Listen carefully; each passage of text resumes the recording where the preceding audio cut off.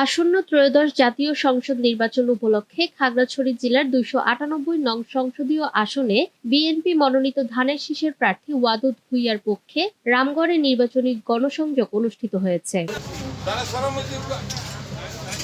৮ই ফেব্রুয়ারি রোববার বিকালে ওয়াদুদ ভূঁইয়া সমর্থক পরিষদের উদ্যোগে রামগড় উপজেলার ২ নং পাতাছড়া ইউনিয়নের নাকাপা, পাতাছড়া, থলিবাড়ি ও মাহবুবনগর এলাকায় এ গণসংযোগ ও প্রচারণা চালানো হয়। কর্মসূচির নেতৃত্ব দেন সমর্থক পরিষদের রামগড় উপজেলা শাখার সমন্বয়ক ও খাগড়াছড়ি জেলা ছাত্রদলের সাবেক আহ্বায়ক মোহাম্মদ রিয়াজ উদ্দিন রিপন।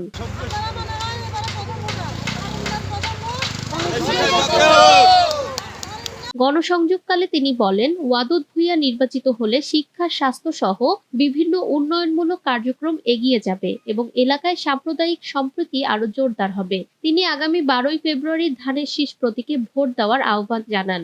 এখন আমরা দলমত নির্বিশেষে